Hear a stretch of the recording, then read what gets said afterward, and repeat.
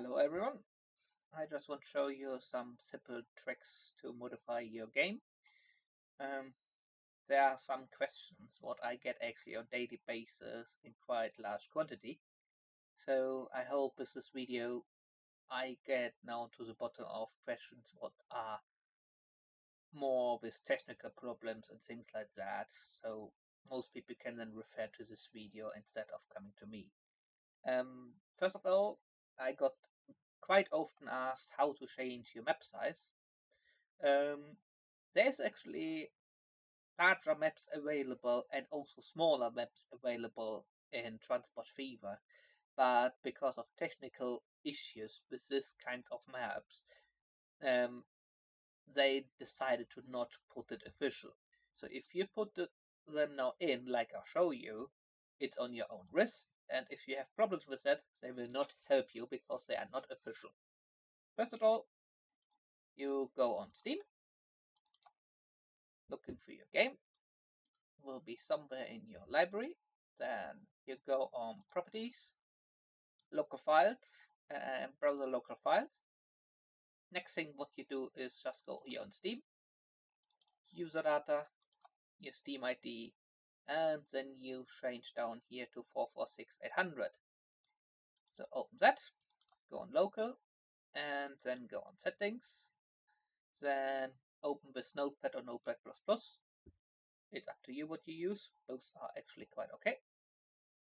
Then you go around a quarter down, and then you will see debug mode and experimental map size. Both will be in yours if you have never touched it on false.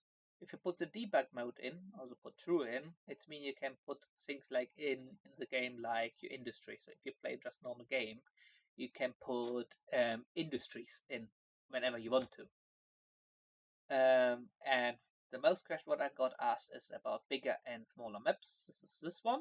It's experimental map size. You put that on true, and you have this giant map. But please be aware, it's on your own risk. In particular, if you put because you also can change the size of the maps, you can also change in which scale they are. So if you put 1 to 5, so one side is a bit smaller, and the rest of the map gets then stretched too long, so it's go thinner but longer. In particular, the 1 to 5 option for the giant maps are not working. Your game will crash. The most reason for that is possibly when you reach the cap of resource for the game. So I think it's the most common reason because I have quite an up-to-date computer and it just goes straight back to desktop. It loads the game up to around 90% and then it just say nope, forget it. Next thing what I would show you is I got asked about planes. It looks like lots of people don't like the Steam Workshop. Not quite sure why, but in Steam Workshop is actually a mod available. I actually show you one quick. It's goes in here and goes in just on plane. Still not the only one available. And then you have there the modification called Fried Airports. They also come with some planes already changed to transport any kinds of goods. So it's actually quite easy step. All what you do is subscribe and there you go, you have cargo planes. But if you don't want to do that and use the Steam Workshop, I show you quick how you do that on your own. All what you do is again go on Library, Properties, Local Files, Browse Local Files. Here you go, we are back here. Then you go on Res, then you go on Models, Model, and then down to Vehicle. Next thing what you do is looking for your planes. Oh, there we go, there are planes. Then you have all your planes what in game available. So if someone don't know what kind of planes are in game available and don't want to be spoiled, please don't see this kind of video. Thank you very much.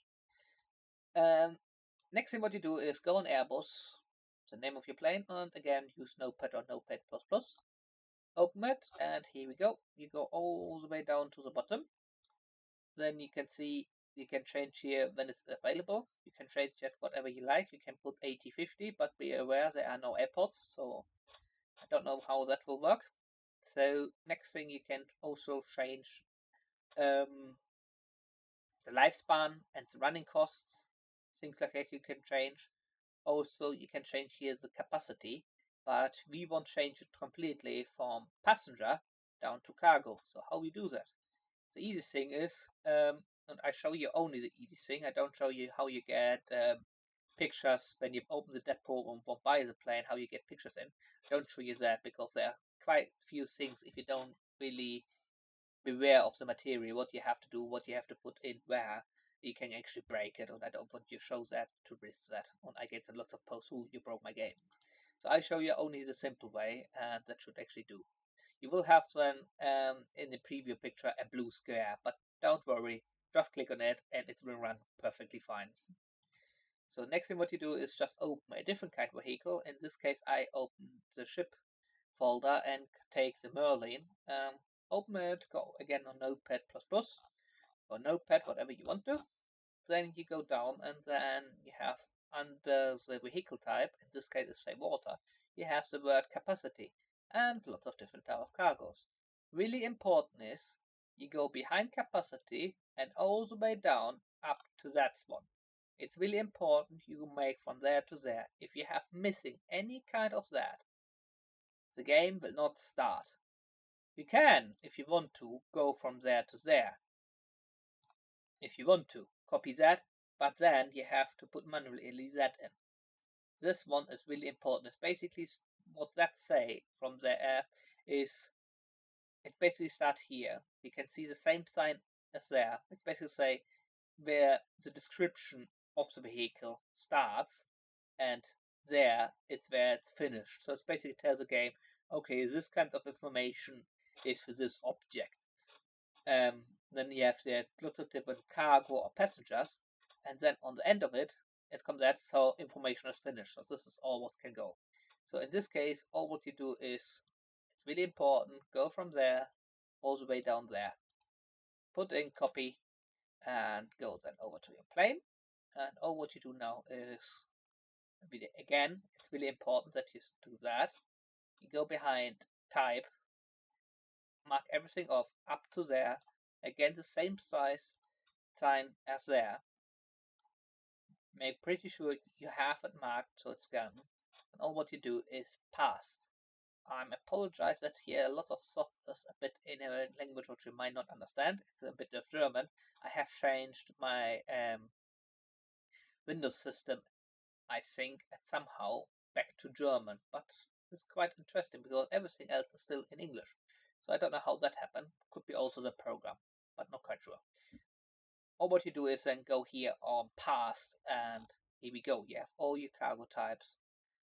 What you can do is now how much quantity you can actually load on your vehicle. You can change to everything what you want, but you also have to remember it's get taken away by a quarter. The game each time divided by a quarter. So let's say here 1,000. It should be possibly 250. I think, but I'm not quite sure. I have to look it up. Basically, what I not looked up. I think it's actually gone now. We can actually see that really quickly. Let's go mark quick by ships. Which is the first ship? I think is that one.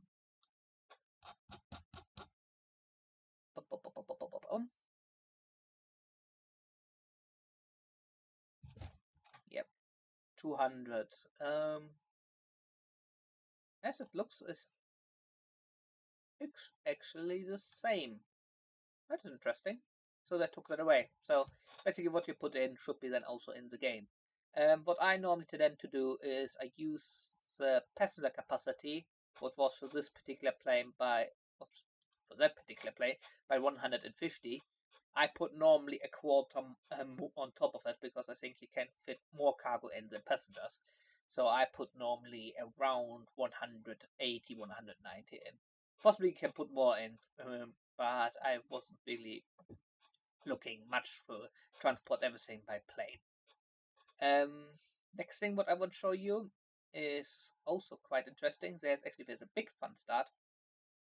As you go back on the rest folder, and next thing where we want to go is on the config part. Then you go down on, you have then here base config Lua. All what you do is right click again on it. No, right click on it. As you can see, now it's everything back to English. Must be the program. Then edit with Notepad++ or Notepad. And then all what you do is scroll all the way down to the bottom. And then you have here lots of interesting stuff.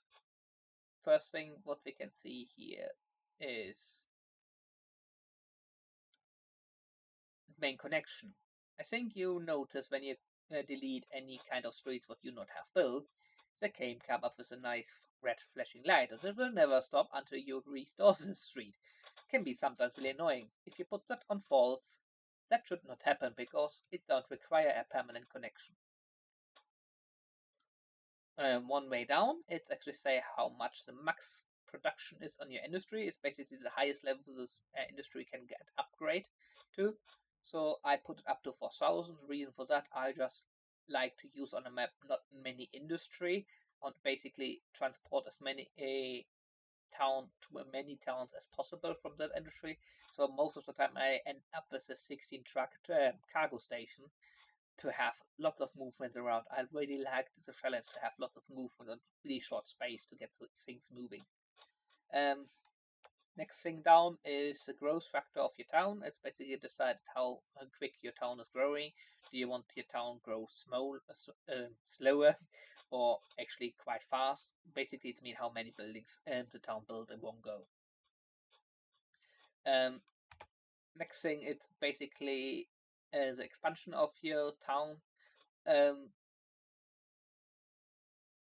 It's basically mean when the town reached on her starting area and say, oh, I actually built not every single field. I think I have to expand. If you put that on really low, the town expand really, really slow. But if you put it high, the town expand quite fast. And if you combine it as with the where it's gone, straight underneath with that one, it's with max town size. On unlimited, it basically means the town can grow all over the place, so you can actually end up with a really, really large city. I really like it when you have this junction from the river, and you have on one junction the town actually grow around the junction if you build a bridge over it. It's really, really nice that you have a really river town crossing all over the place. This is basically, as I said, it's limit your town on growing, so you can actually put a limit on it if you want to, but most player decide to put it on unlimited. Next thing, what I really like is also the electrify of tram and train tracks. I put it on 80/50 because I'm crap to remember which trains are already upgraded, which not. So to get that out of the way, I put both of already in.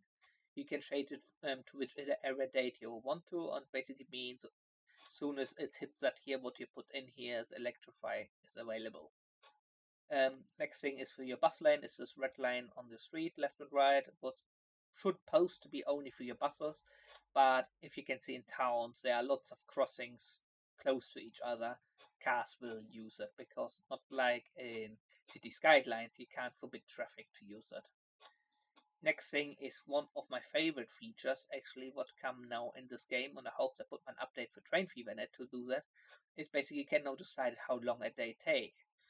I don't know if any of you like to use mods quite as much as I do. I think, in Train Fever far over 400 modifications online, most of them trains and buses. Basically, what that means, the time was so quick I couldn't actually use every single one anymore. So in order to change that, there was no options. In this game, it is. It's basically say now how many milliseconds it take to pass a day. Default is 2000, so it's go as Train Fever quite quickly, and I actually say the game rushes through all the areas, and I don't want that. I put it normally on 8000, so it can take quite a while. think I had a 5-6 hour game already running on just over 80-60. So it's take quite a long time to pass, in particular when you push the pause button. Lots of time when you build things like that. But it take quite long time to pass years then. Next thing is actually, you can decide how many towns are on your map. It's quite interesting if you know how big your town is, how big your map is. Sorry, how big your map is. I don't know is the same as Train Fever. I have to do not some research about that. What are the different map sizes? I know if you have the experimental maps open, it's round about 570 square meter, square kilometer for the giant maps. So it basically means you can have round about 57 towns on it. I put it mal on 2 and I had quite over 100 towns on it. It was quite insane. I think I will never be able to connect them all. I have them at the moment on 10, I think also the default options, because I actually at the moment build a custom map. So that next thing down is same as the town. You can also decide how many industry on your map, as you, if you know your map size. I have it at the moment on really high, as you can see, 250. I use the giant maps for that, and basically I want it as low as possible. You can put it much higher, but I don't want risk it to crash the game. I put it on 250, so I think I ended up on this giant's map with 6 industries. You can put it as high as you want, but be aware, I think when no industry is available, that I think the game don't like it and tend to crash. Also, if you put it higher, there is a risk you don't get your chain full, so you ended up you can't use the cargo because you don't have the proper chain available.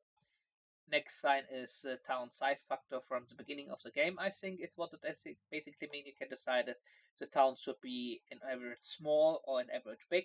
I put it normally on big because that gives me lots of stuff to build around to.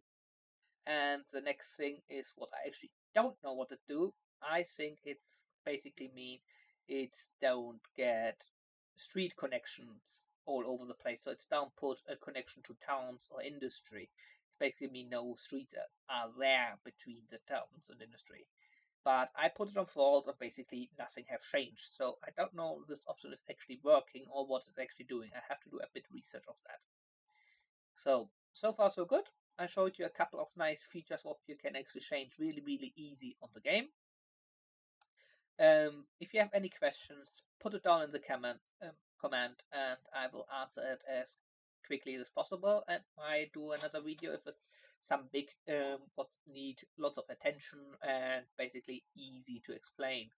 Because as I said, there are some bits, if you miss that, your game will not start because some signs are really important that is there where it should be. As I showed in particular, if you change the settings of your vehicles. Like, if I wouldn't have that one and just put it away, the game would then say, hang on, in this one is if you look by 160, it's actually, this is why I use Notepad++, because if your game start, it actually tell you where it's something missing. And with Notepad++, you actually can then go straight through where's the problem and then look at it and see, I forgot it again. Had a couple of times, in particular when I start with Train Fever. I had quite a few times. It took me hours to figure out what I forgot. So also, I think I forgot that to tell, you can also change your load speed of your vehicle as quickly as if you want to. So, with this in mind, I'd actually say now, bye bye and see you later.